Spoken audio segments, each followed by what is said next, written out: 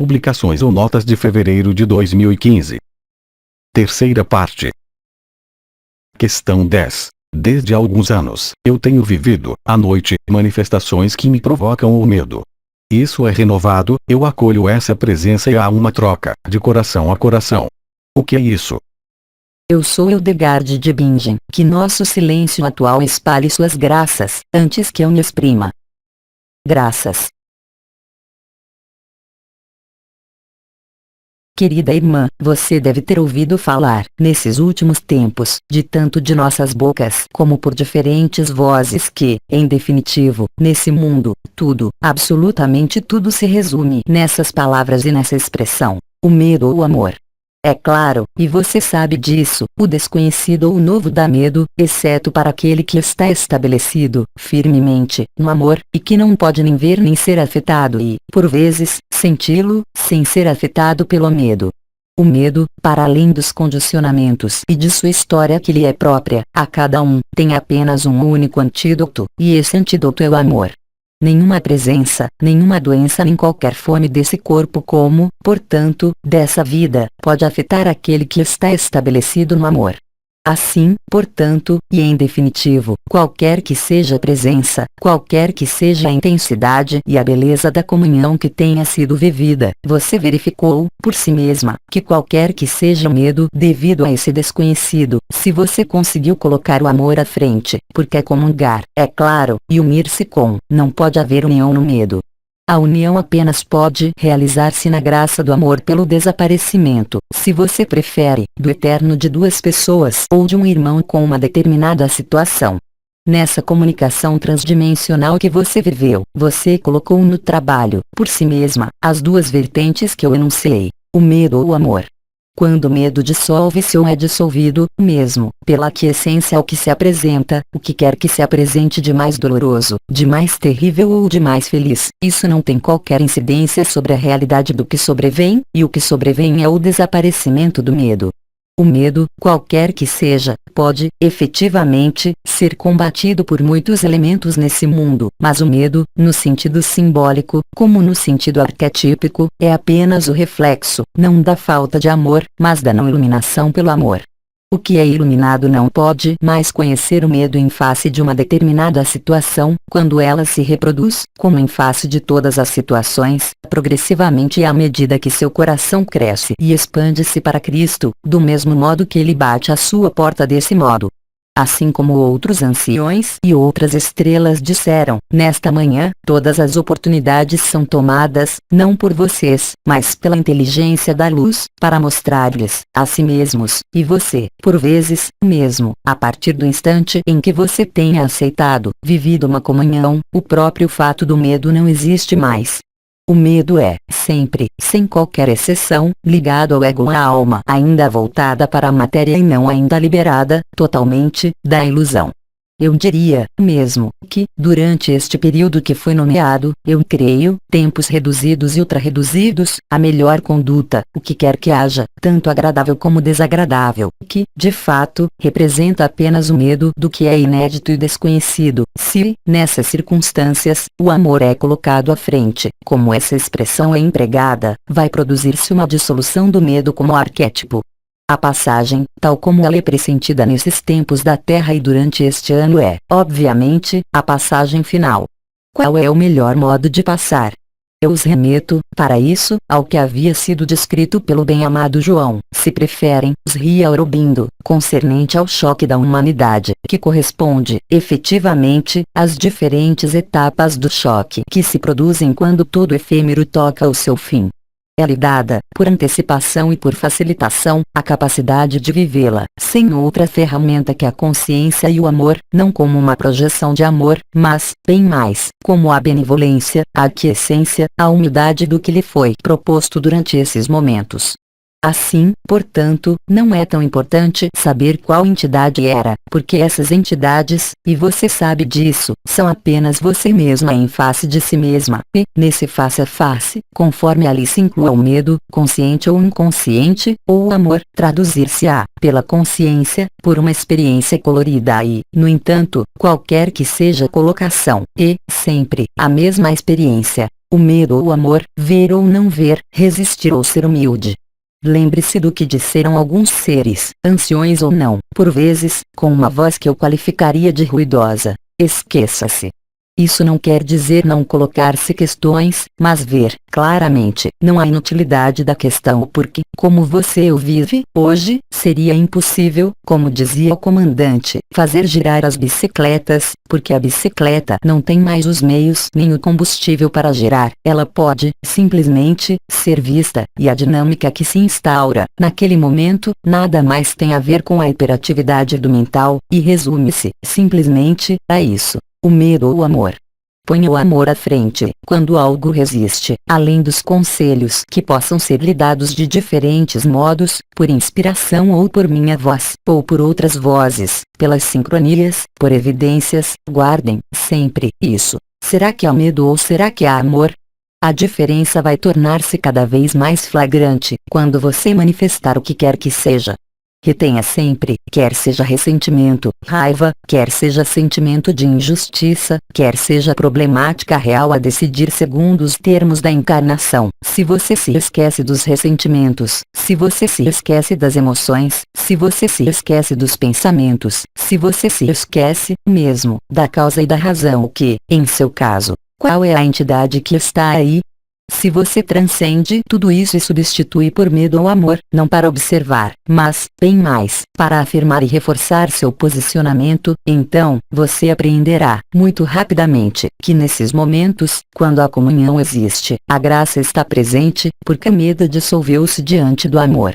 É o mesmo para todas as manifestações desse mundo e, mesmo, as manifestações sociais ligadas às leis, às convenções morais, às regras educadoras. O amor não se importa com tudo isso. Esse amor que quereria preocupar-se com isso seria apenas um amor de conveniência aplicado ao efêmero. Vocês compreenderam, e viveram, a maioria de vocês, que o amor de circunstância, qualquer que seja, é, sempre, subentendido pelo medo. Só o amor livre, que não depende de qualquer circunstância, de qualquer evento e de qualquer pessoa, como de qualquer entidade exterior a você, realmente, totalmente livre. Isso passa pela fé inquebrantável não em um Salvador, mas em uma verdade que é aquela do amor, que sustenta e torna possível todo o resto. O medo nada permite, você sabe disso. O amor permite tudo. Assim, portanto, mais do que nunca nesses tempos reduzidos, virá posicionar-se em frente aos seus olhos, em face do desenrolar de seu caminho, em face de seus mores interiores, como através de suas comunhões entre vocês, ou entre vocês e nós, sempre, em definitivo, o mesmo questionamento: o medo ou o amor? A resposta não é intelectual, nem mesmo pressuposta. Ela se traduzirá nos fatos e na carne, como na consciência, por uma modificação radical do modo pelo qual puderam ser, até o presente, considerados os problemas, como todos os problemas de todos os seres humanos. Lembre-se, também, como dizia um denominado Bidi, que tudo isso não existe. Será preciso, efetivamente, a um dado momento ou outro, encontrarem-se confrontados a esse princípio de realidade, a assumi-lo, ou não e, naquele momento, existirá, em vocês, apenas duas coisas: o medo, ou a resistência, ou o amor, ou se prefere, o abandono total e incondicional à graça. O que quer dizer que, cada vez mais, nesses tempos, cada elemento, cada palavra, cada olhar, cada evento que sobrevenha, a título individual ou coletivo, apenas poderá remetê-los ao amor ou ao medo. Olhem e apreendam, através da atualidade tanto dos elementos como dos homens, como do cosmos, tudo o que se desenrola nesse momento mesmo. E, do que lhes é dado a ver, a experimentar e a viver, em definitivo, vocês não terão mais do que essa única alternativa de ver o amor ou o medo, para vivê-lo, completamente. Vocês não podem lutar contra os seus medos, sobretudo, no que concerne aos eventos incontroláveis, coletivos e cósmicos, como aqueles que estão em curso nesse momento mesmo. Então, cabe a vocês viver, experimentar essas idas e vindas, se isso se produz em si, entre a graça e o medo, sabendo que a graça não é mais, unicamente, uma experiência possível, mas, bem mais, um estado que será cada vez menos afetado pelos medos, a partir do instante em que vocês o aceitam e reconhecem-no. lembrem-se de que Cristo está aí, lembrem-se de que nós estamos todos aí, em vocês, porque vocês são nós, como nós somos vocês, real e concretamente, a partir do instante em que os véus da ignorância e do medo são dissolvidos. Assim, portanto, recorram, não reagindo, mas recorram à graça, não tanto como um pedido, não tanto como um direito, mas como a realidade final do amor. Eu aproveito, antes de retirar-me, para dizer-lhes que, nesse espaço, teremos um momento privilegiado ao nível dos meios que eu posso comunicar-lhes, de maneira pessoal, não tanto para agir sobre o medo, mas, nesse momento presente, para cada um de vocês, o elemento, qualquer que seja sua origem, terrestre, alimentar ou outra, que é capaz de dar-lhes a observar esse mecanismo em suas engrenagens últimas e evidentes. Eu sou Hildegard de Bingen, e eu escuto-se ainda, a escutar, e eu me retiro logo depois. Questão 11. Eu adormeço durante os alinhamentos ou as canalizações, mas, à noite, eu não durmo. Eu devia retirar-me, mas vou continuar a responder, porque a resposta é muito simples. Uma vez que você é liberada quando dos alinhamentos, uma vez que você desaparece quando da escuta de algumas de nossas vozes, o que é que a impede de fazer a mesma coisa à noite? Algumas vezes, eu escuto canalizações para dormir, mas eu acordo. Eu penso que o meio que você encontrou é, certamente, menos perigoso do que produtos químicos e, além disso, alinhar-se se colocando na cama é, efetivamente, o melhor modo de beneficiar-se da graça durante o que é nomeado sono. Então, eu sei bem que Cristo disse, vigiai e orai, porque ninguém conhece o dia e a hora, mas aquele que vive a graça, em que tem ele necessidade de vigiar e de orar. Há, simplesmente, necessidade de estar disponível para o Mestre da Luz, disponível para sua eternidade. Os vai-e-vens da consciência tornam-se, como vocês dizem, uns e outros, cada vez mais evidentes, cada vez mais intensos. Esse é um tempo ligado aos tempos reduzidos, que deve conduzi-los à última reversão, não mais àquela do ego ao coração, mas, sim, àquela de seu caminho, não nesse mundo, mas de seu caminho, se vocês pensam que exista de retorno ao que vocês são. A partir do instante em que você desaparece para esse mundo, quer seja no alinhamento, escutando-nos ou dormindo, você para, obviamente, de interagir com esse mundo, e você não deixa mais qualquer tomada para a ação/reação habitual e cotidiana de toda a vida encarnada. Mas você se coloca, de imediato, sob o manto de Cristo e de Maria. Simplesmente, o que é limitado procurará, sempre, explicar ou solucionar o que a ele parece, e é lógico, ser um desequilíbrio. Mas o que vocês vivem, a maior parte de vocês, é apenas o mais belo dos desequilíbrios, aquele que os conduz ao equilíbrio final eterno. Não faça, é claro, o que você nomearia, hoje, angelismo, mas, bem mais, uma consciência clara e lúcida, cujo alinhamento e a graça são permanentes, o que quer que lhe aconteça, o que quer que aconteça mesmo se, por vezes, um humor, uma emoção, uma preocupação do mental possa apreendê-la, de algum modo, mas, mesmo aí, isso é destinado apenas para mostrar-lhe, justamente, como você é apreendido. Em resumo, é apenas o aprendizado, a prática de sua eternidade, de maneira preliminar à passagem, nesse momento. Eu sou Hildegard de Bingen. Com Raul Mikhail Ivanov. As próximas partes das publicações.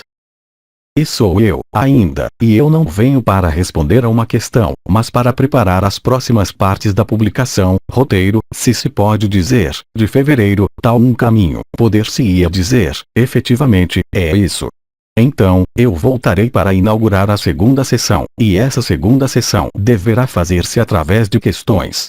Essas questões, por favor, tentem referir, diretamente, aos processos da consciência, para ajudá-los a ver esses mecanismos que estão no trabalho no interior de vocês mesmos, ver, deles, as engrenagens, não para decodificá-las, não para dar explicações, mas, de qualquer modo, para ensiná-los a identificá-las, a servir-se, também, de seu corpo de existência que, eu os lembro, está aí, quer vocês o sintam através das estrelas, das portas, não unicamente as coroas radiantes, não unicamente a onda de vida, não unicamente o canal mariano, porque nós os restituímos e vocês se restituem à sua autonomia e à sua independência.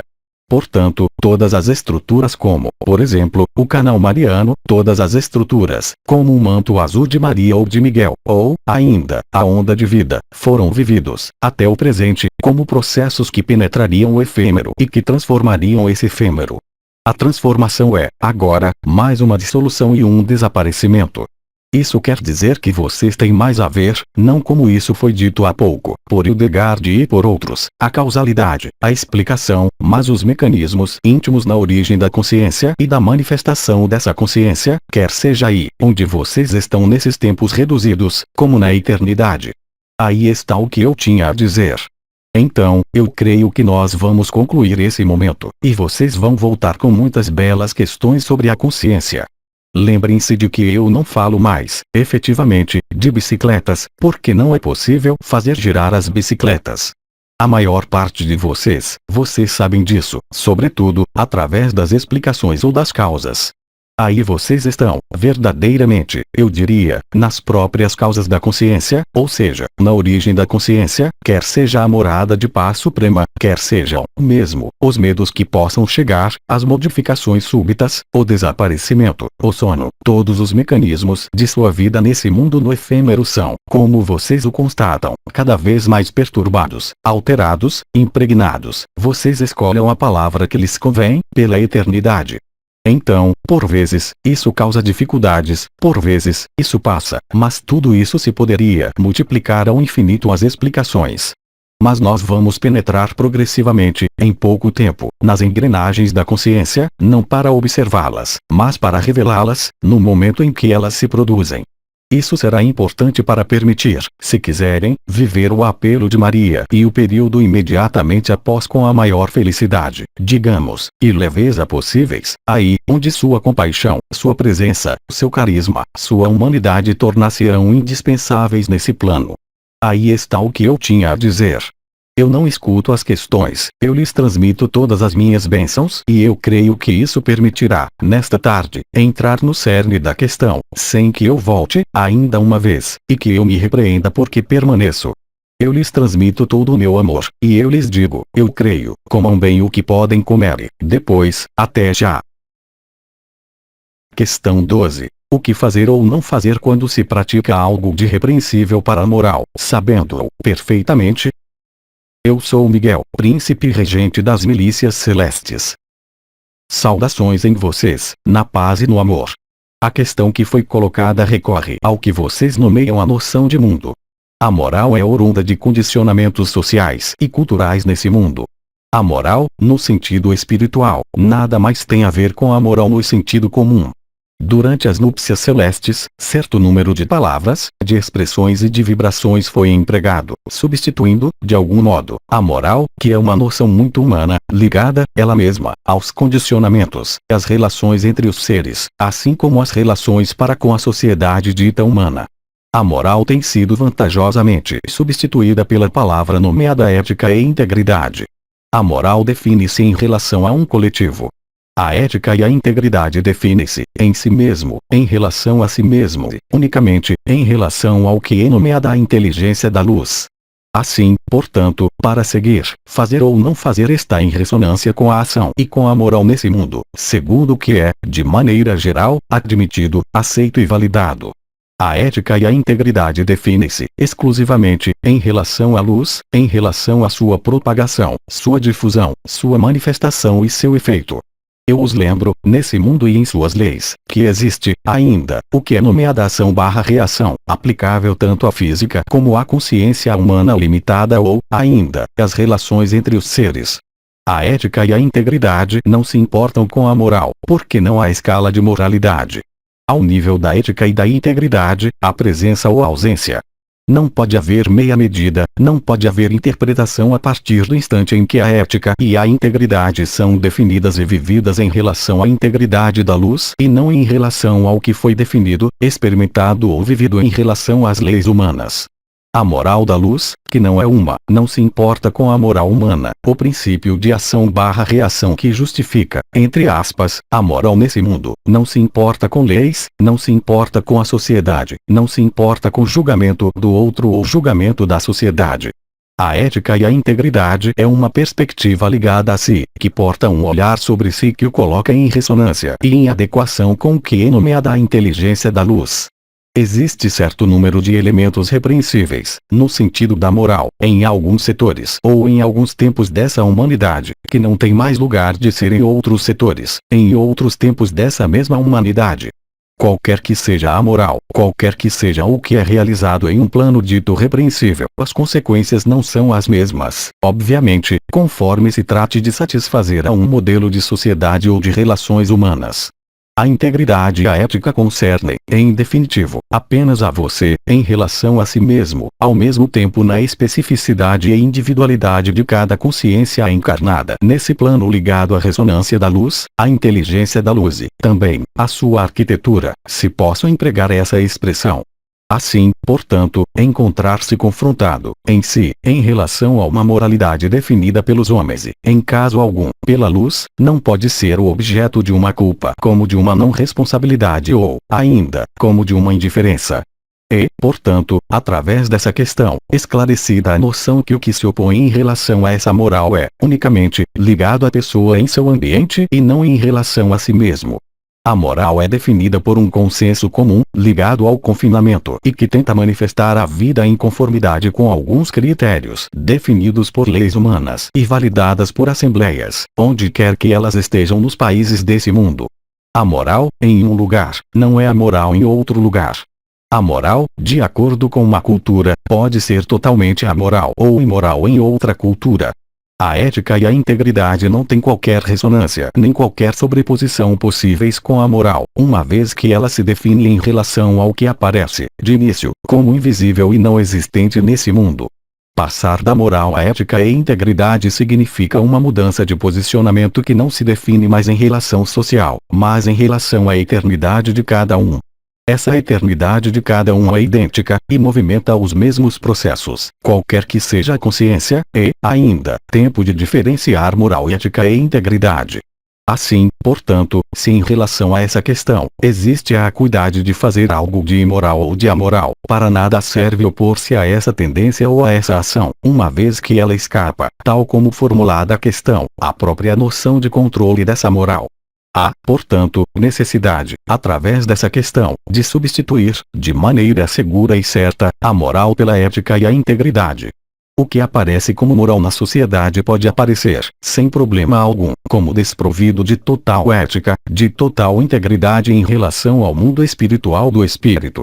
Isso é evidente em todos os corpos de textos nomeados legais, quaisquer que sejam os códigos e suas diferentes versões existentes em todas as culturas desde, eu os lembro, várias centenas de anos, mas, também, de modo muito mais histórico, ainda que apenas por exemplo, a justiça feita pelo rei Salomão, que não se define em relação a regras sociais, ainda menos em relação às recriminações de uns e outros ou a culpa de uns ou de outros, mas, bem mais, diretamente, pela ressonância, em sua alma e consciência, no espírito, na alma, do que desencadeia tal ou tal ação.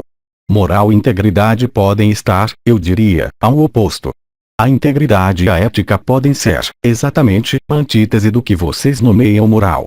A moral é ligada a um funcionamento linear da consciência, que obedece a causalidades, obedece a regras aceitas e validadas pelo comum dos mortais humanos em encarnação. A ética e a integridade, embora em ressonância e em relação direta com a inteligência da luz, não pode, em caso algum, ser imposta por uma moral exterior. Passar da moral à autonomia é passar do condicionamento à liberdade, é passar do confinamento à liberação. A ética e a integridade, enquanto definem-se em relação a corpos de textos, espirituais ou inscritos nos diferentes códigos presentes em todos os países deste planeta, não têm qualquer incidência nem qualquer reciprocidade com a ética e a integridade. A ética e a integridade não concernem, de modo algum, a personalidade, mas a alma inspirada ou ao espírito liberado da alma que se submete ao que ele mesmo é, na eternidade. Na ética e na integridade, a bondade prima sobre a moral. Na ética e na integridade, o poder do espírito predomina sobre o poder das leis. Isso não quer dizer que se deva violar tal ou tal moral ou tal lei, mas, bem mais, superá-las em um olhar bem mais amplo. Assim, portanto, substituir o fazer ou não fazer em relação a uma injunção da pessoa concernente a algo de imoral, e substituir, na integridade, pelo ser ou não ser, em ressonância e em concordância com a luz. Ou a acordo ou a defasagem. A moral pode, sempre, ser justificada pela experimentação social ou, ainda, pelo que é nomeado olhar daquele que julga, daquele que condena ou daquele que emite leis. As únicas leis concernentes não mais à moral, mas à ética e à integridade, se é que sejam leis, mas mais uma conformação em relação com a liberdade, a inteligência da luz e o amor incondicionado, as únicas leis, portanto, que devem ser respeitadas formalmente, de maneira a encontrar sua própria ética e integridade, são aquelas que foram dadas em relação ao que foram nomeados os 10 mandamentos. Sob outras formas, esses mandamentos, mesmo se não portem esse nome, foram reconstruídos em diversos escritos espirituais, um pouco por toda a parte no mundo. A moral tomou o lugar da ética e da integridade, falsificando-as, alterando-as em relação com as visões humanas e não mais as vidas espirituais. Assim, portanto, você pode ser culpado em relação à lei, você pode ser culpado em relação à sociedade e estar, totalmente, na ética e na integridade da luz. Eu diria, mesmo, que isso teria tendência a generalizar-se nos mundos confinados, que não são mais definidos pela inteligência da luz, mas pela lei de ação/reação e, portanto, de confinamento da luz, como da consciência. Assim, portanto, antes de pesar a moralidade de um ato, convém colocar-se a moralidade interior, a questão da moralidade interior dessa ética, dessa integridade e, sobretudo, o que vem completar e orientar isso, ou seja, a humildade e a simplicidade. Eu os remeto, para isso, à complexidade crescente, progressivamente e à medida das dezenas e centenas de anos desse mundo, concernente à espessura dos códigos e decretos e regulações e regulamentos que foram estabelecidos por toda a parte pelo humano confinado, certamente, não por seres livres e liberados dessa humanidade. Aquele que é liberado vivo, aquele que realizou-se e que está estabelecido na morada suprema, não tem que se colocar a questão da moral ou da imoralidade, uma vez que é, permanentemente, regado pela fonte, regado pela inteligência da luz, por intermédio das coroas radiantes, diretamente na consciência. Assim, portanto, convém resituar essa questão em relação ao nível em que ela se dirige. O que eu posso dizer, simplesmente, essa formulação implica ou evoca, conforme o que vocês escolham, um problema de distância em relação a um objetivo que seria moral. A integridade e a ética não podem ser um objetivo, mas são a constatação nítida, direta e precisa da instalação nos 4 pilares do coração, que passa, totalmente, de toda noção ligada a uma sociedade humana, qualquer que seja, em qualquer país que seja. Passar da moral à ética e integridade necessita de um ajuste interior, uma observação cada vez mais fina das engrenagens e dos mecanismos da consciência, o que foi nomeado, em seu tempo, o observador. Até o momento em que foi preciso refutar a própria noção de observador. A liberdade existe apenas aí, a liberdade não pode acomodar-se com qualquer moral nem qualquer imposição. O espírito é livre, a matéria não é livre. Vocês são matéria e espírito. Vocês são, ao mesmo tempo isso, e, ao mesmo tempo, não. Assim, portanto, enquanto seu referencial e o que eu nomearia seu quadro de referência nessa vida concernam, exclusivamente, aos quadros de referência impostos pela sociedade, vocês não podem pretender ser livres. Isso, absolutamente, não quer dizer, eu repito, violar as leis, regulamentos e preceitos, mas, bem mais, transcendê-los por uma visão mais ampla e, obviamente, que não é mais confinada na canga da educação, da moral, ou dos condicionamentos, qualquer que seja o nome que vocês derem. Em definitivo, a moral é um condicionamento educativo experiencial, mas que toma todas as suas referências no que nós nomearemos, com vocês, a evolução da sociedade humana. Mas nenhuma evolução humana da sociedade, vocês sabem, pode conduzir à liberação, porque essa liberação passa, justamente, pela destruição de todo o quadro de referência e de toda a moral habitual, pela própria luz e, certamente, não pela vontade. A questão de fazer ou de não fazer deve recolocar-se na consciência do coração. Qualquer que seja esse desvio ou qualquer que seja a experiência que é manifestada nessa espécie de violação, tal como está presente e o que quer que isso concirna, nada é em relação à pureza do coração. Nesses casos, a questão deve desaparecer. Não é mais fazer ou não fazer, mas substituir isso por ser ou não ser. E a questão e a interrogação que daí decorrem são, portanto, se eu faço, eu sou íntegro, se eu não faço, será que eu não sou mais íntegro? Qual é a finalidade? É a satisfação de um desejo. É a satisfação de uma necessidade de possuir ou de uma necessidade de manifestar o medo dessa maneira. Os quadros morais, os quadros de sociedade estão aí, unicamente, para os humanos que não são capazes de encontrar a liberdade nos quadros de referências pessoais, ligados, se pode dizer, aos 4 pilares do coração. Ou seja, enquanto esses 4 pilares do coração não se tornaram, de algum modo, o quadro de referência, vocês sabem, a culpa. Mas essa culpa não é um julgamento nem uma comparação, mas, bem mais, e, unicamente, eu diria isso, a capacidade para permanecer no centro do centro e guiado pelos valores eternos da luz, bem mais do que pelos códigos diversos criados pelos homens para os homens e, mais, contra os homens. O problema da lei não se coloca nos mundos livres. O problema da moral não pode, mesmo, ser considerado nos mundos livres, porque cada consciência, nos planos pluridimensionais e interdimensionais, tem a possibilidade de ver, no sentido consciência, instantaneamente, os desequilíbrios da ética, da integridade, da humildade e da simplicidade, quaisquer que sejam o nível dimensional, o estado dimensional, a origem estelar da pessoa considerada. Assim, portanto, fazer ou não fazer não resolverá, jamais, a questão do ser ou do não ser. Assim, portanto, a moral é um quadro limitante e confinante, que impede, justamente, o ser humano, e é seu objetivo, de sair dos quadros definidos.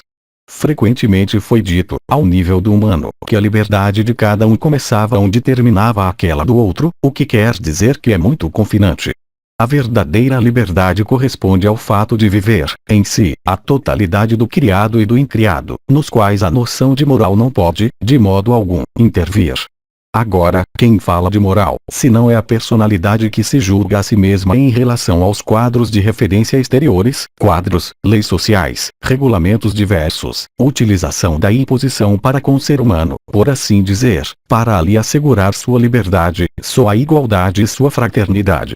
Você pode imaginar que tudo isso são apenas palavras ocas que têm por objetivo apenas manter a escravidão ou tentar manter a ascendência sobre o outro, e estabelecer regras de funcionamento ditas harmoniosas que, como vocês mesmos veem a cada dia, nesse mundo e já, bem antes das núpcias celestes, correspondiam a uma espécie de degeneração, de complexificação e, em definitivo, de impossibilidade de levar uma vida social em um tempo longo, a partir do instante em que um dos indivíduos dessa sociedade está, ainda, confinado. Assim, portanto, não há saída possível, tanto para a moral como para a imoralidade, enquanto o ponto de vista continua aquele da personalidade. Nesses casos, obviamente, os quadros das leis, os quadros dos regulamentos, os quadros das obrigações vão chamá-los à ordem, com intensidades hierarquizadas e respostas cada vez mais adaptadas. Mas, em caso algum, isso permitirá encontrar, realmente, o que vocês são. Dito em outros termos, enquanto vocês falam de moral, vocês não podem tocar um quadro mais amplo, nomeado de 4 pilares do coração.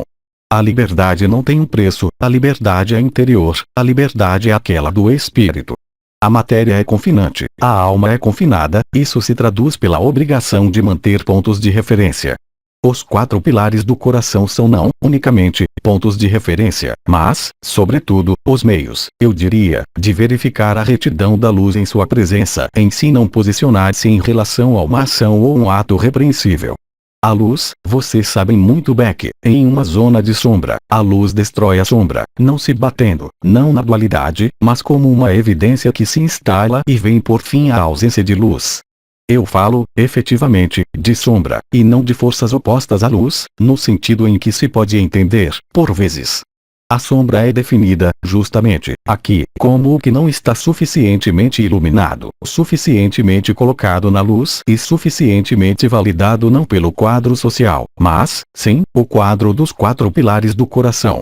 Reformular a questão, assim inclinar-se nessa noção de moral, e de ética e de integridade, substituirá, vantajosamente, e de muito longe, o que pode colocar-se como questão na moralidade ou não de um ato, de uma ação ou de um comportamento. Eu sou Miguel, arcanjo, na paz de Cristo. Questão 13. Você pode voltar a explicar-nos o que é a atribuição vibral? Eu sou o mestre Felipe de Lyon. Eu vou responder a essa questão como Melquisedeque da Terra, que conhece perfeitamente as engrenagens da encarnação e os modos de reencontrar, nessa matéria, a luz que sempre esteve aí. A atribuição vibral é a resultante de seus posicionamentos, de suas escolhas realizadas não unicamente nessa vida, não unicamente desde a chegada da luz há quase 30 anos e mais de 30 anos e, sobretudo, em ressonância ou não com sua própria eternidade. A luz apresenta-se a vocês e vai dar-lhes a viver elementos que são, efetivamente, profundamente diferentes para cada um. Tudo isso se desenrolou segundo certo lapso de tempo, nesta vida, mas, também, no conjunto de suas vidas em sistemas confinantes. A liberdade passa por Cristo. Realizar o estado crístico, realizar o serviço ao outro e não mais um serviço ao ego ou, ainda pior, ao si. A atribuição vibral é apenas a iluminação, de maneira abrupta ou mais ou menos progressiva, mas cada vez mais intensa, do que se desenrola em sua vida, o que lhes permite, como nosso comandante disse, posicionar-se de modo cada vez mais claro, cada vez mais confiante e, portanto, permanecer, se isso é possível, e é o caso mais frequente, ao centro do centro, nesse famoso silêncio e nessa famosa vacuidade na qual a alegria e o amor bastam-se por si só e não tem necessidade de qualquer experiência, de qualquer projeção e de qualquer manifestação, ou de qualquer olhar exterior outro que não aquele da luz no interior de seu ser. A atribuição vibral é, portanto, a evidência e os relevos que podem aparecer quando da iluminação que traduz, se preferem, uma espécie de fim de partida. Esse fim de partida deve conduzi-los a afetar-se a si mesmos no que sua liberdade interior pede a vocês. A atribuição vibral é, portanto, um processo, assim como as núpcias celestes, que dá uma conclusão, de algum modo, aos eventos que se manifestam sobre esta terra desde a primeira descida do Espírito Santo, em agosto de 1984. Aí estão, portanto, quase 31 anos que a penetração da luz é feita, progressivamente, não mais ao nível de algumas consciências isoladas, mas, diretamente, sobre o conjunto da humanidade até o mais profundo do núcleo da Terra em sua estrutura cristalina. A atribuição vibral é, portanto, a consequência direta, não de suas boas ou más ações, mas, ao invés disso, de seu estado de ser interior, não aquele que vocês projetam, não aquele que vocês querem dar a ver aos outros, mas aquele no qual nada mais existe a ver que não a verdade. A atribuição vibral é, portanto, um processo vibratório que sela, de algum modo, sua sorte na eternidade, que respeita, inteiramente, sua liberdade de ser, que respeita, inteiramente, seu próprio posicionamento para que apareça, durante este período que precedeu, eu os lembro, de pouco, a passagem da primeira estrela. Essa primeira estrela tem por papel selar, como eu disse, sua sorte, ou seja, permitir-lhes ver-se, em plena consciência, mesmo nessa humanidade, mesmo na consciência limitada e, como sempre, não para julgar-se, não para condenar-se ou recompensar-se, mas, sim, para permitir-lhes estabelecer-se, de maneira ainda mais íntima, ainda mais ajustada, no coração do coração, no centro do centro e na eternidade. A atribuição vibral. O vibral é livre. A atribuição vibral é, portanto, algo que é uma linha de menor resistência, que não depende de sua personalidade, mesmo se ela seja a resultante, mas, bem mais, da interação, se preferem, adição e, em alguns casos, subtração de partes efêmeras e eternas. A confrontação do eterno e do efêmero, tanto em sua consciência como na humanidade, traduz-se e traduzir-se-á, cada vez mais, de algum modo, pelo que foi ilustrado por Cristo, a saber, ser-lhe-á feito segundo sua fé. Ninguém pode penetrar o reino se não volta a tornar-se como uma criança e, sobretudo, verificar, em si por si mesmos, o efeito da luz e ver se ela flui de maneira espontânea e livremente ou se ela, de uma maneira ou de outra, parou. A luz é apenas vibral. Há, também, é claro, além da interface vibral, a consciência pura, que é pura luz. Essa consciência pura, ela também, aparece cada vez mais, e corresponde ao que foi explicado de diferentes maneiras, como o face a face em sua fase final, ou seja, e eu o repito, a fusão/dissolução, ou do eterno ou do efêmero no reencontro de duas coisas, de dois sistemas incompatíveis um para com o outro.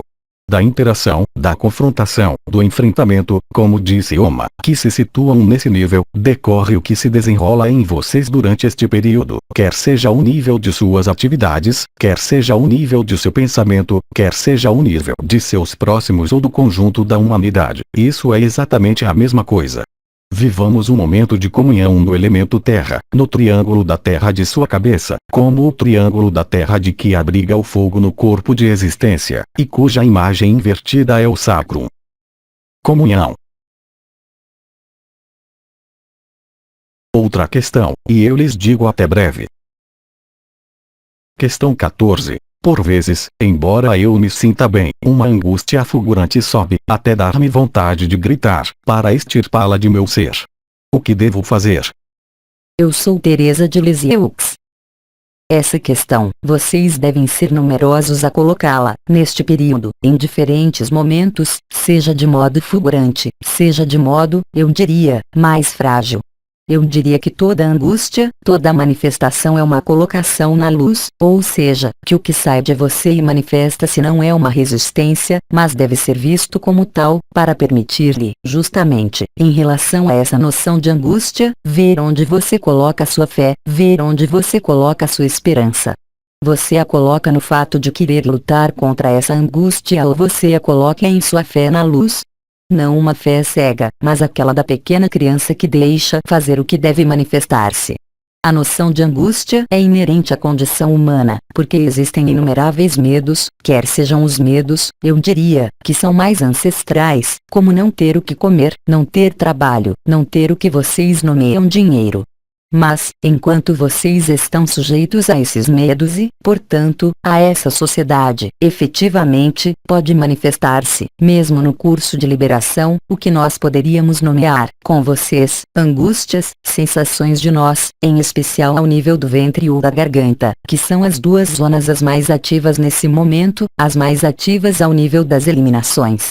Aí também, eu lhe responderia, como explicaram, muito frequentemente, mas os anciões, essa angústia, como você diz, faz apenas atravessar, ela faz apenas incomodar no instante, o que se produz. Então, é claro, a consciência acha isso muito penoso a viver, mas, aí também, deve-se apenas ver seu olhar e, justamente, o que você faz. Ou você age, ou você pede ajuda, você pode pedi-la ao nível humano, mas, também, pedi-la no que é invisível. Assim, portanto, através da angústia, você poderá observar, de maneira muito direta e muito rápida, como para qualquer outra angústia para qualquer outra pessoa, se ela desaparece a partir do instante em que você está em ressonância com seu coração. Então, é claro, a angústia restrita à consciência, a angústia bloqueia os centros de energia e altera a própria consciência. Há, em você, o recurso e a força necessária para contar com o espírito, inteiramente, não pedindo, simplesmente, que essa angústia desapareça, não, tampouco, para compreendê-la, mas, bem mais, para deixá-la atravessar, deixá-la emergir e não mais ficar presa, de maneira alguma, à manifestação ou a essa própria angústia e deixá-la dissolver-se. A angústia junta-se aos medos. O amor é o antídoto absoluto contra a angústia e os medos.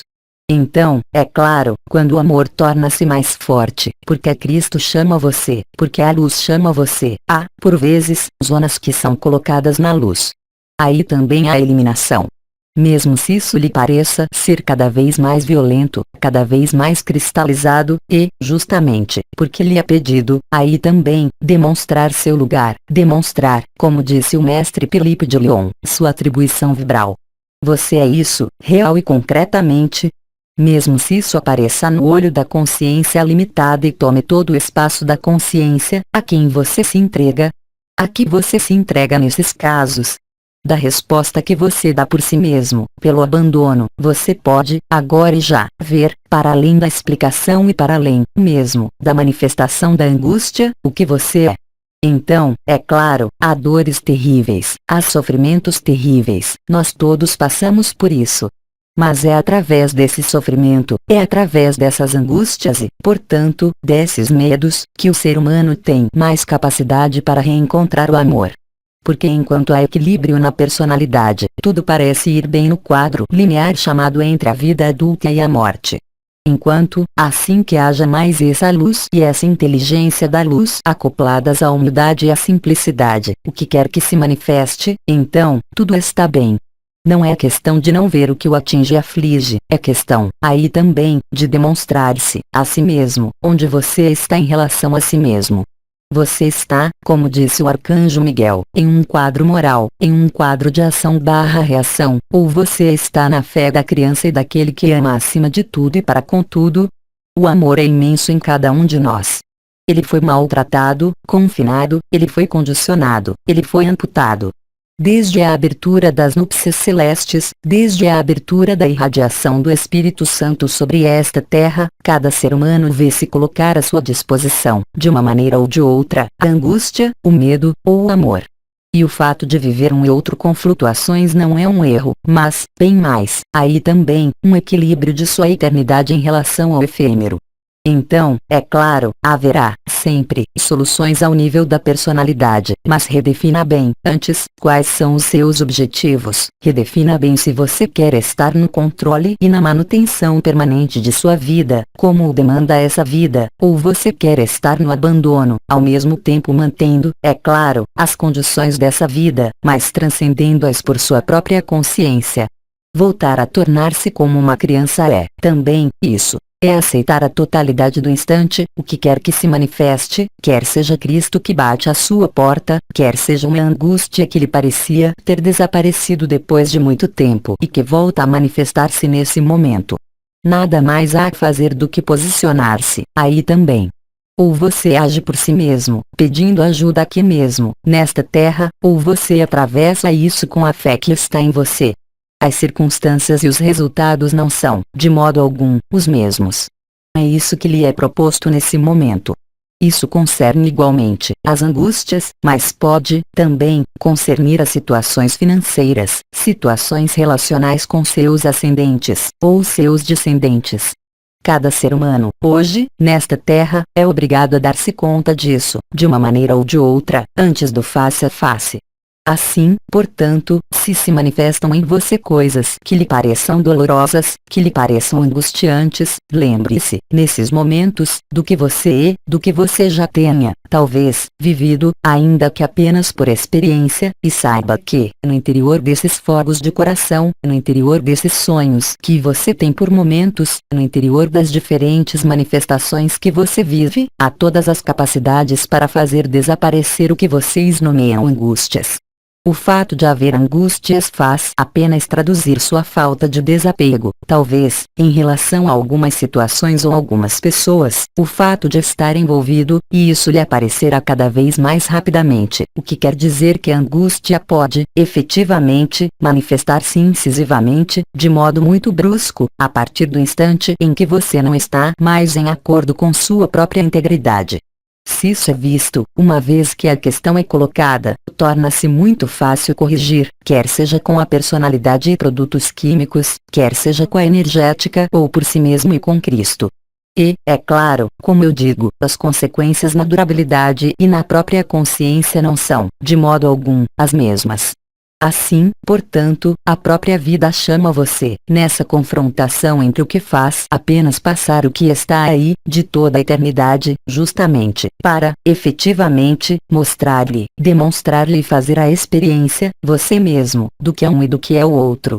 A acentuação, eu diria, a ênfase, cada vez mais importante disso, durante este período, decorre, diretamente, de sua atribuição vibral. Então, ao invés de procurar compreender, explicar e fazer desaparecer algo que é manifestado, mergulhe em sua eternidade, mergulhe no silêncio do coração, mergulhe na imobilidade, coloque-se sob o caminho da infância e você verá que nada pode resistir ao amor e à infância. Questão 15. Não há ninguém, o silêncio é contentamento e o corpo, em evolução vibratória. Em qual objetivo? Bem, Bidi está de volta.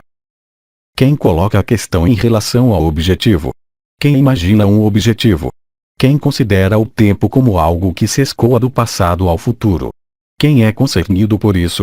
Viver a morada de paz suprema, ser liberado, não se importa com qualquer objetivo, com qualquer evolução e qualquer predisposição a outra coisa que não o que é vivido. O objetivo põe uma distância que não pode, jamais, ser preenchida. Considerar um objetivo é, já, deixar exprimir-se a personalidade. Viver o fogo do coração, viver a completude interior, viver o samadhi são apenas experiências que os levam, por vezes, a colocar, efetivamente, a questão de um objetivo e de um sentido. Isso significa, ainda, simplesmente, que há uma polaridade persistente, residual, que a luz põe em evidência. Vocês estão, assim, ainda, no linear, enquanto vocês não são, em nada, linear. Não mais ter objetivo é ser livre, não mais ter ideias é reencontrar a liberdade, é estar disponível para a única realidade, a única verdade comum a todo ser humano que está aqui e agora. Não pode ter objetivo no aqui e agora, só a pessoa considera um objetivo. Então, é claro, há ciclos na vida, como na humanidade. Há inícios de ciclo, fins de ciclo, e fins de ciclo muito curto, que não permitem a recriação de um ciclo. Por um objetivo ou tentar encontrar um objetivo é um desvio da consciência que está congelada ao nível da admiração do si, da admiração do eu sou, que é, eu lembro, uma armadilha espiritual. O melhor modo de dar meia volta ou de reverter-se, novamente, ao inverso, é imaginar que há um objetivo, imaginar que há algo a fazer, enquanto tudo está perfeito no instante presente. Colocar-se a questão de um objetivo é, já, sair do presente, sair da eternidade. O único ponto de passagem da eternidade é aqui e agora, nesse saco e nessa ilusão. Ver a ilusão necessita de não mais aderir a qualquer ilusão. Ora, se há objetivo, é que há projeção da consciência, que há, talvez, o si, que há, talvez, o êxtase, que há, talvez, as vibrações, que há, talvez, liberação, mas que há, ainda, algo de não concluído ou de não reconhecido, ou seja, que você permanece na cena de teatro, no teatro, e você ainda não viu que não há teatro. Não há nem ninguém nem alguém, há apenas a vida. Assim, portanto, há, aí também, a colocar-se a questão do objetivo, não para procurar um objetivo, mas para refutar o objetivo. Enquanto você imagina ou pensa que há um objetivo, você se coloca, a si mesmo, na distância em relação ao instante presente e ao que você é. Como você quer resolver a equação? Que não existe, mesmo, além disso. Bidi falou. Questão 16. Eu vivi belas experiências vibratórias, amor indizível, onda de vida, contatos com meu duplo, e, mesmo, ser um ponto de consciência. Como estabelecer-me, definitivamente, em minha última reversão? Com Raul Mikhail Ivanov. Bem, caros amigos, estou de volta, eu havia pego meu bilhete. Então, a questão que se coloca, você exprimiu o fato de viver, desde muito tempo, experiências, manifestações, desde a onda de vida que cria a liberação e que o libera, efetivamente.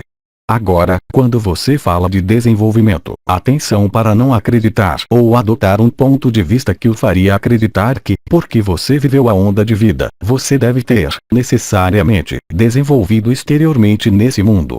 O único desenvolvimento duradouro é aquele do coração, é aquele da liberação, que não se coloca qualquer questão sobre o desenvolvimento nesse mundo, uma vez que a liberação é a mesma para uma criança e para um velho. O velho tem mais razão de ter sofrimentos, traumatismos, feridas. A criança é virgem, uma vez que o karma não está ativo na pequena criança e ela está na espontaneidade. Ou seja, você gostaria que a onda de vida que o libertou levasse, além disso, ao que ela não é suposta levar.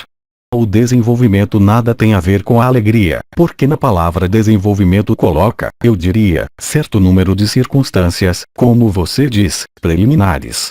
Ora, a alegria não tem qualquer circunstância e condição preliminares. A alegria é ou não é, simplesmente.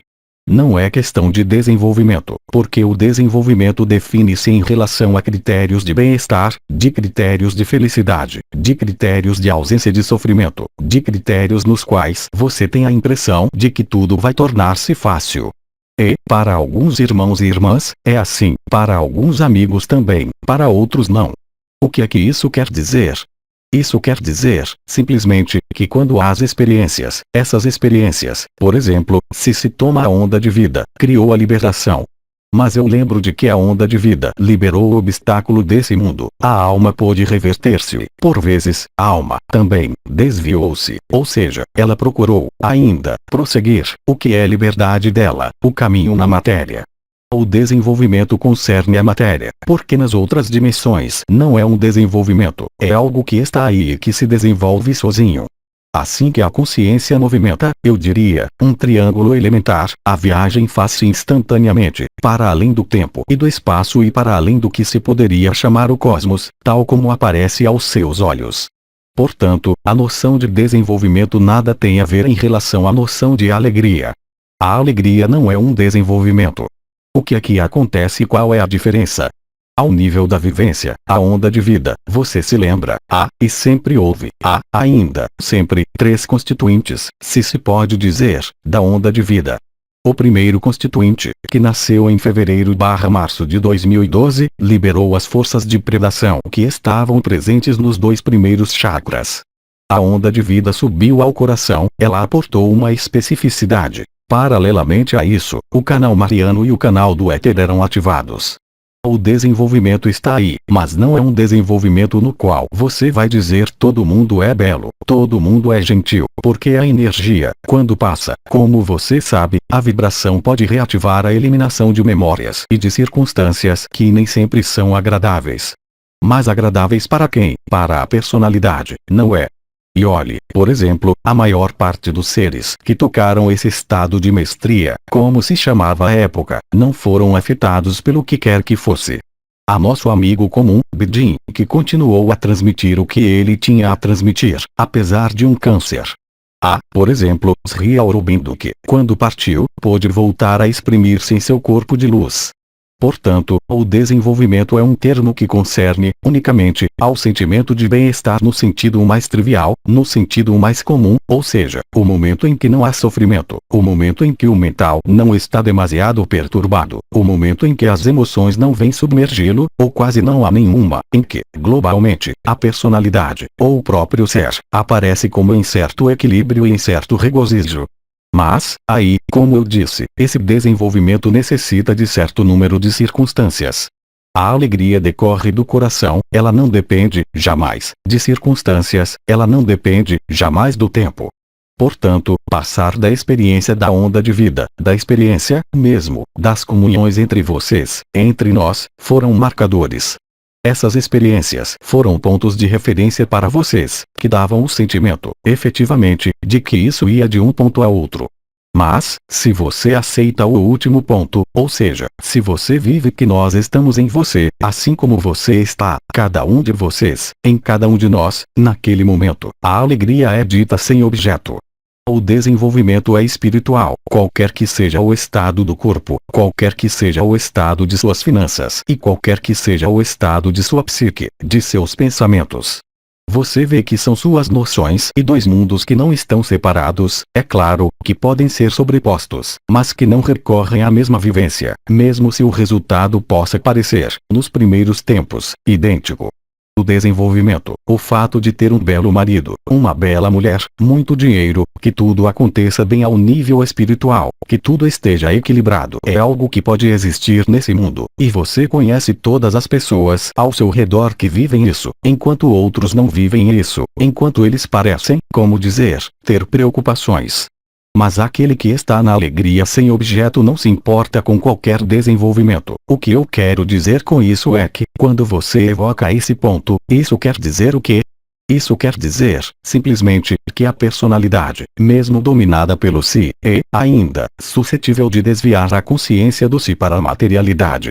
E, portanto, é ligada ao que foi nomeada a polaridade da alma, se quiser, alma atraída para a matéria ou alma atraída para o espírito, quando, aí, pode haver, ainda, o que é nomeada uma busca de objetivo ou uma busca de desenvolvimento ou uma busca de sentido. Mas, a partir do instante em que a alma está em vias de dissolução total, você pode permanecer, um exemplo, como uma Ananda Moyi, em êxtase, durante 20 anos, quando ela estava viva. Bom, o objetivo não é esse hoje, não é fugir ou instalar-se aí dentro. É acompanhar a ascensão coletiva. A ascensão individual, você a vive, mais ou menos corretamente, mais ou menos profundamente. Mas tudo isso, eu lembro, é destinado apenas a facilitar a passagem final da reversão, desta vez, não mais, unicamente, do ego ao coração, porque, bem, há os que vão do ego ao coração, mas, depois, eles vão do coração ao ego, apesar da onda de vida. Tudo depende da balança, eu diria, e essa balança tem dois lados. De um lado, o espírito, do outro lado, a personalidade. Por enquanto você vê que existe, ainda, os dois, mas, depois, se os dois fundem-se, não há mais necessidade de balança, não há mais necessidade de oscilações, não há mais necessidade de angústia e não há mais, tampouco, necessidade de estar em samadhi o dia todo. Aí, nesse instante, você entra, inteiramente, no instante. O instante é o quê? É o momento no qual você está aí. Você não decidiu meditar, você não tem programa definido, você não tem objetivo, você não tem ambição X ou Y. Você está, simplesmente, aí, presente, aqui, agora, integral e totalmente.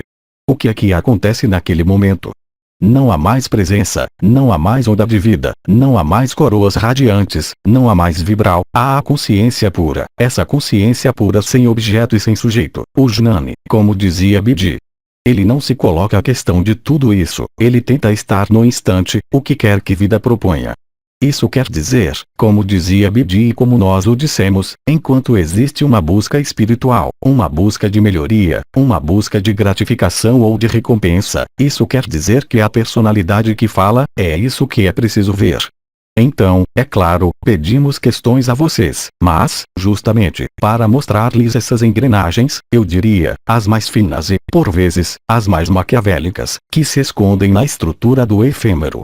A predação, você conhece, falou-se delas, longamente, os hábitos, os desgastes do corpo, os desgastes, também, da vida, mas tudo isso não tem mais importância alguma, quando você está liberado, você não é mais afetado por isso, ou seja, isso se manifesta, mas a afetação, eu falo da consciência pura, não pode mais ter lugar. Isso lhe dá o direito de estar na raiva, isso lhe dá o direito de gritar, mas é apenas temporário, isso não dura e, como você, talvez, tenha constatado, inúmeros de vocês, essa espécie de versatilidade, cada vez mais rápida. Durante anos, vocês conseguiam instalar-se, cada vez mais tempo, ou no si ou nesse absoluto, na vibração da onda de vida ou do canal mariano ou, mesmo, nas comunhões, e, depois, o que é que acontece? Vocês descobrem, alguns de vocês, em grande número, de qualquer forma, que há flutuações. Isso quer dizer o quê? Que quaisquer que sejam as experiências de graça que vocês tenham vivido, quaisquer que sejam os reencontros, o que quer que vocês tenham seguido, há um determinado momento no qual tudo isso não existe. E eu poderia, mesmo, dizer-lhe que, aí, nós não existimos, todos, eu não existo como pessoa ou entidade que fala, aquele no qual eu estou não existe, mas você, tampouco, você não existe. Isso não quer dizer que seja preciso negá-lo, isso quer dizer, simplesmente, que é preciso estar, inteiramente, disponível, e cada vez mais no instante presente porque, quando o apelo de Maria chegar, da facilidade com a qual você se colocou nesse estado, antes que o reset ou a êxtase lhe caia por cima, você tem 3 dias para decidir. Portanto, aí, o que acontece a partir da atribuição vibral e, já, antes, está, simplesmente, aí, para mostrar-lhes, não para julgá-los, mas para estar em seu lugar, muito exatamente, e não alhures. O que quer dizer que é preciso, se você o deseja, é claro, ver tudo isso cada vez mais precisamente, não para lhe aderir ou para refutá-lo, como é época, mas para deixá-lo passar. Só deve existir a luz e você. Quando você dorme, o mundo não existe mais, exceto que, aí, você vai dormir de um modo bizarro, durante 3 dias e 3 noites, quando vão acontecer muitas coisas. Portanto, o que quer que se desenrole, quer você ganhe milhões na loto, quer você tenha mulher que parta ou uma nova namorada, isso não tem qualquer espécie de importância porque, se você depende de recompensas ou de gratificações exteriores, ou de angústias, mesmo, se quiser, o que você sente, como você vai fazer quando tudo isso vai desaparecer? Em que você vai apoiar-se? No que você é, e o que você é nada tem a ver com o que foi elaborado e construído na cena de teatro. E, ainda uma vez eu o repito, como a cada vez, isso não é uma negação ou uma recusa de ver, é, justamente, uma visão bem mais ampla, bem mais vasta, bem mais espalhada do que o que você pode, mesmo, imaginar ou supor. E isso é muito simples, isso nada tem a ver com o que quer que seja, está aí exatamente no instante em que está a totalidade, porque a passagem, a última passagem faz-se no instante presente. Ele não se faz no Sol, porque o corpo de existência está lá, ele não se faz em outra dimensão. Isso quer dizer que, qualquer que seja sua atribuição vibral, qualquer que seja seu destino, é melhor estar aqui para vivê-lo. É o que isso quer dizer. Portanto, quaisquer que sejam os elementos que você tenha revelado por si mesmo, as experiências que você tenha vivido, as mais fantásticas como as mais aterrorizantes, aliás, tudo isso deve dissolver-se. Isso se dissolve a partir do instante em que você fica tranquilo. Nós o repetimos isso há 2 anos. Ficar tranquilo não quer dizer ficar em casa e nada fazer. Ao contrário, nós os temos encorajado a partilhar entre vocês, como vocês o fazem aqui, não para viver outras experiências, não para reforçar uma conexão à eternidade ou conosco, ou entre vocês, mas para encontrar-se nessa simplicidade, nessa espécie de nudez do coração, para serem, realmente, livres, no momento vindo. Ou seja, eu falo, mesmo, de liberdade em relação a esse plano, em relação à sua vida, em relação aos seus apegos. Portanto, ainda uma vez, e como foi dito antes de mim, pelo mestre Felipe, é de sua qualidade de desaparecimento que se encontra a solução. Se você desaparece para esse mundo, no sono, ou no êxtase, e não na fuga, isso se faz em plena lucidez, em plena consciência, se preferem. Vocês são ajudados, para isso, pelos 4 pilares, pelo canal mariano, pela onda de vida. Mas imaginem que, tendo vivido o Si, como havia sido precisado há anos por Anael, quando da instalação do Si, sempre foi dito que o Si é maravilhoso, mas que, mesmo ao nível do Si pode-se, não regredir, isso não existe, mas dar meia volta, porque a alma continua presente e há necessidade de manter certa estrutura rígida, que se chama a 3D unificada, ou porque há uma missão, entre aspas, a cumprir e você sabe muito bem que, quando Se é liberado, não há missão. Para aquele que está no Si, ele mesmo pode encarregar-se de uma missão, mas é por sua conta e risco. Entretanto, há impulsos da alma, há impulsos da personalidade e há, também, impulsos do espírito. O que os levam para a complexidade não vem do espírito, aqueles que os levam para as experiências e para as vibrações, aqueles que os levam a reuniões, como nós fazemos há alguns anos, estão aí apenas para recriar egrégoras, poder, e não para ser livre. Portanto, cabe a você saber onde você dá sua consciência. É muito simples. Quer você viva os chakras, quer viva as coroas ou, absolutamente, nada viva, você tem, de qualquer forma, um ponto de apoio lógico, concreto e real. É seu estado do instante, aí, imediatamente, que não é condicionado por suas experiências, por suas vibrações.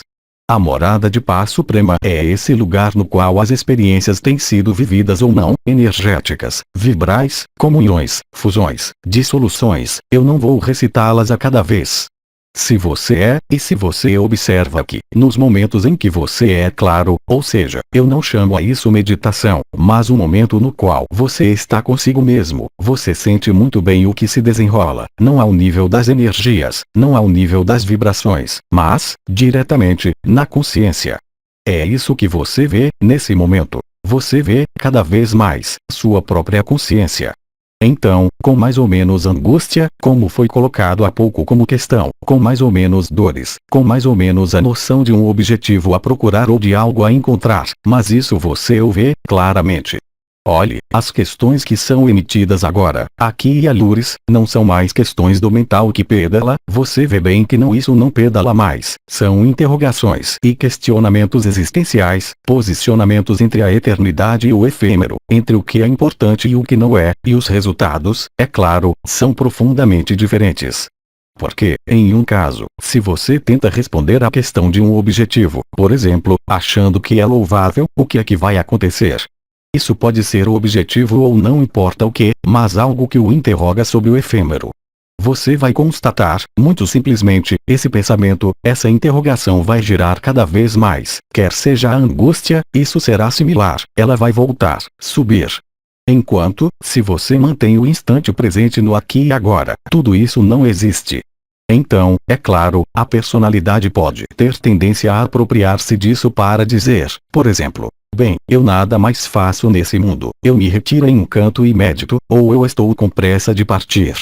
Mas, se você estivesse, constantemente, na eternidade, apesar do corpo e apesar da consciência desse mundo, não haveria mais qualquer preocupação. Isso foi demonstrado amplamente pelas estrelas, pelos anciões e pelos seres que menos deixaram vestígios. É o que você vive, você também. Então, isso pode ser, efetivamente, cansativo. As necessidades fisiológicas modificam-se, os mecanismos de funcionamento do mental não são mais os mesmos e, portanto, isso pode parecer-lhe cansativo ou enfadonho, ou, ao contrário, excitante, mas nenhum nem o outro. O que é preciso não perder de vista é a finalidade, como se dizia, não o objetivo, mas uma finalidade. Isso quer dizer o momento da transição de um estado a outro, em toda a consciência. E, o mais importante, obviamente, é estar presente na vida, presente a si mesmo, presente a nós, presente à imensidade das dimensões. Mas, antes de tudo isso, você deve ver isso claramente, de maneira cada vez mais fina e precisa. É exatamente o que se observa, através de tudo o que vocês dizem, tudo o que vocês perguntam e tudo o que nós respondemos. Isso lhes aparecerá claramente. Aí vocês estão, como eu disse há alguns dias, nessa escala de música que se toca. Então, vocês podem sentir o triângulo do ar, por exemplo, nesse momento. Depois, outro interveniente virá, aí será o triângulo da terra. Toca-se a música. Mas não é uma música que tem um objetivo, de criar uma sinfonia, de criar uma história, é uma música que os remete ao silêncio musical, ou seja, à eternidade. Porque a nota de música é cada vez mais precisa e, quando há perfeição do que é visto na consciência, o que é musical torna-se perfeito e faz-se sem esforço. Aí também é a graça. É claro que há o aprendizado, e vocês têm feito o aprendizado da luz, agora, vocês podem, entre aspas, tocar com a luz. Isso quer dizer manifestar os plenos potenciais de seus elementos que constituem o eterno através dos triângulos, através das diferentes manifestações, mas vocês sabem bem que essas manifestações são apenas muletas para reencontrar, ainda mais facilmente, o instante presente.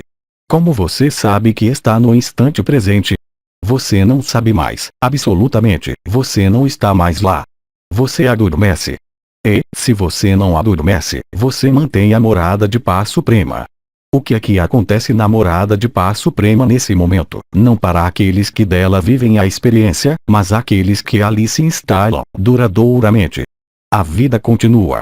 A clareza é cada vez maior, não nesse mundo que é perturbado e que será cada vez mais perturbado, progressivamente à medida que a luz mexer tudo isso, mas, simplesmente, ao nível interior, ou seja, que você está lúcido, mesmo se não saiba porquê, mesmo se você se coloca, ainda, a questão de por que tal problema, tal dor ou tal emergência de um fenômeno, você além disso. E é isso que é preciso levar a efeito, eu diria. É demonstrar-se a si mesmo que, o que quer que aconteça ao seu corpo, à sua carteira, às suas relações, quaisquer que sejam, você mantém essa conexão e esse estado. Então, é claro, no início, isso pode desencadear uma dificuldade, mas, se você consegue desaparecer, como você diz, dormir, pelo sim ou pelo não e, por vezes, mesmo, a ter uma dificuldade para lembrar-se do que você estava fazendo antes, ou, mesmo, quem você é, isso vai acontecer-lhe cada vez mais frequentemente. Você dorme, você me escuta falar, ou você escuta uma canalização ou você lê um texto e, de repente, vem a interrogação a mais terrível e a mais surpreendente que pode chegar. Você se pergunta quem você é. Isso é muito bom sinal, porque, quando esse sinal está aí, quando isso acontece, você sabe, conhecemos todos isso pela manhã, quando se acorda, há um momento em que se diz, mas quem eu sou, onde eu estou? E você observa que, agora, para muitos de vocês, esses momentos existem, mas não há necessidade de dormir. Isso o toma dirigindo, isso o toma fazendo a limpeza. De repente, você se coloca a questão, mas quem sou eu? Isso não é uma busca de objetivo, não é uma necessidade de responder à questão, é que você não sabe mais quem você é dentro de uma pessoa. Esse é um sinal importante, como o adormecimento, como a capacidade para viver uma emoção, por exemplo, uma angústia, mesmo, vê-la, experimentá-la, mas não sofrê-la. Tudo isso é o que vocês vivem, são mecanismos de ajuste extremamente finos. É para isso que nós decidimos, durante este mês, dar-lhes essas notas, eu diria, de estrada, mas esses relatórios de estrada são as notas da ascensão, porque é o que se desenrola entre a passagem da primeira estrela e o apelo de Maria. Até uma próxima vez, certamente. Meu nome é Irmão K. Irmãos e irmãs nessa assembleia e em toda pessoa que se dignar a ler, recebam amizade e amor no coração. Estabeleçamos, se quiserem, um instante de silêncio, um instante de eternidade. Silêncio. Eu escuto, então, com atenção, sua primeira questão. Tão longo tempo que nenhuma questão emerge. Permaneçamos nesse estado. Questão 17. Como se pode estabilizar o instante presente? Bem-amada, o instante presente pode representar, eu diria, um desafio, nos primeiros tempos. Vocês têm observado, uns e outros, que havia momentos nos quais esse instante presente estava aí, e momentos nos quais ele não estava mais. A característica do instante presente é de ser liberado dos pensamentos, liberado de tudo que vem do passado, como tudo que pode projetar-se em um futuro. O instante presente engloba, ao mesmo tempo, o passado, o presente e o futuro, não em uma perspectiva linear, mas, bem mais, transcendental. De fato, apenas quando você não é mais afetado, de maneira alguma, por seu passado, e quando você está desembaraçada de toda projeção no instante seguinte, ou em um instante futuro, que o presente pode desenvolver sua majestade e conduz você a manifestar o amor o mais puro, o mais incondicionado e o mais transparente possível. Essa presença no instante presente é, de algum modo, um desaparecimento total do que condiciona e orienta o que você nomeia a vida e o que nós nomeamos a vida na encarnação. O instante presente é, portanto, virgem de qualquer marca, de qualquer passado, como de qualquer projeção do futuro. O instante presente foi abordado de diferentes modos, durante esses anos, quer seja através de processos nomeados de subidas vibratórias, através de processos cristalinos, através de reuniões, de comunhões. O instante presente faz irrupção, para cada um de vocês, no desenrolar comum de suas vidas, quer vocês a isso estejam preparados, quer vocês o tenham desejado ou não. Quais são as premissas que são, então, não a procurar, mas, sim, a observar no desenrolar de sua vida e de seus dias? Há, primeiramente, um momento que eu qualificaria de desengate ou desligamento, no qual há como uma espécie de ruptura da linearidade da consciência habitual e comum. Cada instante é condicionado, é claro, no ser humano, pelos condicionamentos, pelas experiências do passado, tanto as feridas como as alegrias desse passado, mas, também, de uma necessidade de proteger-se, pela projeção, na antecipação dos instantes seguintes. Nesse desenrolar lógico e habitual da consciência egóica de base, manifestam-se momentos de ruptura. Esses momentos de ruptura fazem desaparecer o fluxo dos pensamentos e o fluxo de informações energéticas e vibrais que os atingem. É o momento em que você consegue, de algum modo, tomar consciência e distanciar-se de seus próprios pensamentos, porque você os concebe como algo que passa, e que não nasceu em você, mas, unicamente, em sua reflexão. A reflexão faz apenas remeter à imagem do espelho, comparando a situação atual a uma situação passada, quer seja uma ferida, quer seja um aprendizado ou, simplesmente, os mecanismos rotineiros da vida. Na vivência do instante presente, por experiência, primeiramente, quer seja desencadeada por subidas vibratórias ou pela ignição de uma das coroas radiantes ou, ainda, da onda de vida ou da comunhão por intermédio do canal mariano, o instante presente é, portanto, um instante que eu qualificaria de não linear e de instante sem tempo. O instante sem tempo é o instante no qual o tempo não se desconta mais, que dá um sentimento e uma vivência de imobilidade, de irrealidade, ao mesmo tempo estando densificado no peso de sua presença de espírito na matéria. O que há a observar é, exatamente, isso. Nos instantes em que isso se produz, os casos os mais importantes traduzem-se por um adormecimento espontâneo ou uma ruptura da consciência, que corresponde ao que foi dito anteriormente, o que pode ser chamado o sentido de não mais ser uma pessoa, que chama a consciência a perguntar-se quem é ela, onde ela está, ou, eventualmente, em qual vida ou trama de vida ela se inscreve. O instante presente é, portanto, um momento de ruptura. Como tal é, portanto, observável, com extrema facilidade, na organização de seus dias e independentemente de qualquer alinhamento, de qualquer meditação ou de qualquer interioridade. O instante presente chama-o, nessa linearidade, a colocar-se, em consciência, no que não tem origem nem fim, nem causa nem consequência, nem feito nem reação. Nesse estado de presença e de instante presente, há um sentimento a nenhum outro similar, qualquer que seja a intensidade da confusão possível da consciência comum, da percepção clara de outro estado, se posso dizer, da consciência. É esse outro estado que vem aniquilar, de algum modo, a linearidade da consciência comum. É o instante em que você não está mais condicionado por um pensamento, por uma emoção, por uma lembrança ou por um elemento que não pertence ao instante presente, mas ao instante seguinte. Isso pode durar um tempo infinito, mas que, na realidade, dura apenas alguns segundos ou, mesmo, alguns minutos. Mas, se você ali é capaz de chegar pela meditação, pela vibração, pelo alinhamento, isso pode durar o tempo que você desejar.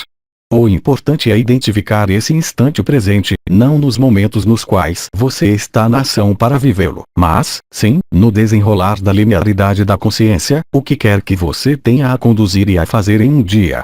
É o instante no qual, sem refletir ou sem colocar-se a questão, manifesta-se um sentimento de evidência, um sentimento de densidade, de plenitude e de leveza ao mesmo tempo, que não é oriundo de uma causa e que é, ainda menos, a consequência. Essa ruptura de linearidade que corresponde ao instante presente tem sido desenvolvida, durante esses anos, através da prática do que é nomeado, o que foi nomeado e é, ainda, nomeado e que nunca ou, se prefere, aqui e agora ou, se prefere, is, um dos segmentos da cruz cardinal de sua cabeça. O instante presente é identificável entre todos, porque é um instante que pode aparecer como suspenso ou um instante que não pertence à linearidade vivida ainda que apenas alguns segundos antes.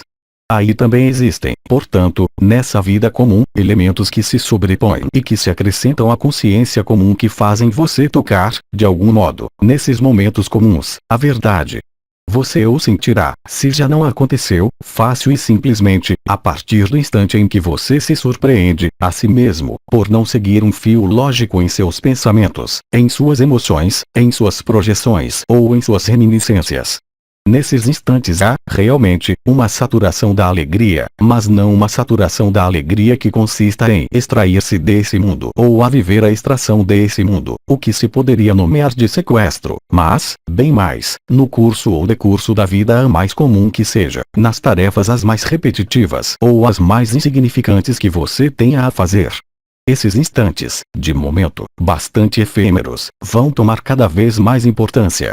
Do mesmo modo, acontecem-lhe momentos, no curso de seus dias como de suas noites, nos quais lhe parece viver algo de irreal, não em seu aspecto desconhecido, mas em seu aspecto, simplesmente, não comum e, no entanto, já conhecido. O instante presente é rico dele mesmo. Não há necessidade de qualquer apoio, simplesmente, que você esteja, você mesmo, no abandono, na humildade e na simplicidade, o que pode obter-se sem qualquer dificuldade, quando de um ato cotidiano repetitivo de sua vida, quer ele seja, eu repito, o mais detestável. Esse evento e essa sucessão de eventos comuns e habituais que você realiza a cada dia oferecem-lhe a oportunidade de surpreender a consciência em sua expansão e no englobamento da consciência efêmera que se apaga, então, diante da consciência da eternidade. Essa é uma abordagem e uma penetração, cada vez mais, no coração de seu coração, da importância da eternidade, da importância que você coloca em suas atividades efêmeras ou em sua consciência eterna.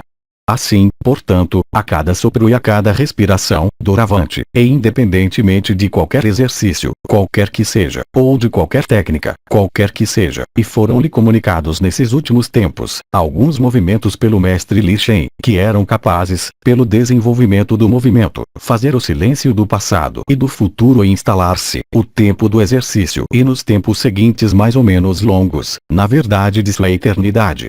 O instante presente é estar colocado ao centro da cruz, no coração do coração. É o equilíbrio total manifestado e alquimizado pela onda de vida, o canal mariano e a coroa radiante do coração, no peito, entre os quatro pilares que são a humildade, a simplicidade, a ética e a integridade, que correspondem, aliás, ao que foi nomeada, em seu tempo, a nova Eucaristia, mas, também, a presença de Cristo ao nível da porta Christi, situada em suas costas. Os processos situados ao nível do peito, respiração e circulação do coração, se você está atento nos momentos em que se vive o instante presente no comum da vida, você vai, talvez, observar o que eu nomearia não uma anomalia, mas um sobressalto cardíaco, o que quer dizer que você observará, se leva sua consciência nisso, no momento em que se produz, uma espécie de queda do ritmo cardíaco, mas, também, da respiração. Esse sobressalto dura apenas alguns segundos, quando da instalação do instante presente. Isso pode, também, manifestar-se por um bocejo ou uma necessidade de esticar-se, ou uma necessidade, ao contrário, de recolher o corpo. Se você observa e nota esses momentos, viverá esse instante presente com uma maior facilidade, progressivamente e à medida da linearidade do tempo, obviamente, fora de qualquer contexto orientado, como uma subida vibratória ou como um alinhamento ou, ainda, uma meditação ou, ainda, uma oração. O instante presente é, portanto, a irrupção do maravilhoso e do sagrado no que não é, e que, no entanto, é encarregado de manifestar a mesma vida, quer seja na manutenção de um jardim como uma reunião importante ou uma simples conversa com um desconhecido. Identificar isso pela atenção e vigilância permitirá a você, muito facilmente, e para além, eu repito, de toda percepção vibratória de descida ou de subida de luz, como isso se produz, regularmente, há tanto tempo, no fim de seus dias, como você tem observado quando de alinhamentos e, em especial, a partir das 17 horas, em hora francesa, quando a intensidade da energia cresce, mais ou menos rapidamente, até o momento em que a noite, eu diria, está bem avançada. Todas essas manifestações são manifestações do instante presente. Cultivar o instante presente pode, também, ser objeto de atenções e de cuidados especiais. Eu remeto, para isso, às inumeráveis técnicas respiratórias, em especial a técnica de Mestre Ram, em especial o yoga dado por um amigo, concernente ao yoga da eternidade, o yoga da verdade ou, ainda, o que foram nomeadas as bênçãos arcangélicas, ou, ainda, a ativação dos novos corpos. Você constatará, também, que, no instante presente, na vida ativa, ou seja, no desenrolar comum, vai manifestar-se por uma conexão mais forte, ao nível dos pés com o solo. A energia e a vibração, naquele momento, são semelhantes, mas não é a mesma que a onda de vida. Ela corresponde a uma ativação que eu qualificaria de local, os chakras dos pés, situados sob a planta dos pés, e que dão um sentimento de contato, por vezes, mesmo, dolorosos com a terra.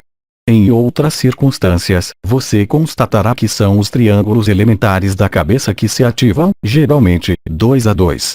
Tudo isso traduz os mecanismos que estão no trabalho para a instalação do instante presente, ou instante presente final que é, simplesmente, a passagem final orquestrada pelo arcanjo Uriel e que sobrevém após o anúncio de Maria. O instante presente é o lugar no qual se situa a eternidade, portanto, a reconexão com a fonte definitiva, que corresponde ao que foi chamado, pela própria fonte, a promessa e o juramento, que a fonte o lembrou há poucos meses. Tudo isso se encarna, eu diria, nos mais profundos da Terra, até seu núcleo cristalino, do mesmo modo, em vocês, até o mais profundo de seu coração e de suas profundezas. Eu sou o irmão K, e eu escuto, para transmiti-la, sua próxima questão. Continua. Mensagem atemporal.